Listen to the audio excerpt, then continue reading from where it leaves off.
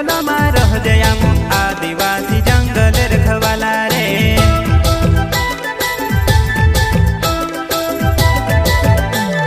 चल जंगल जमीन काज पूजे रे आदिवासी दुनिया ने रखवाला रे।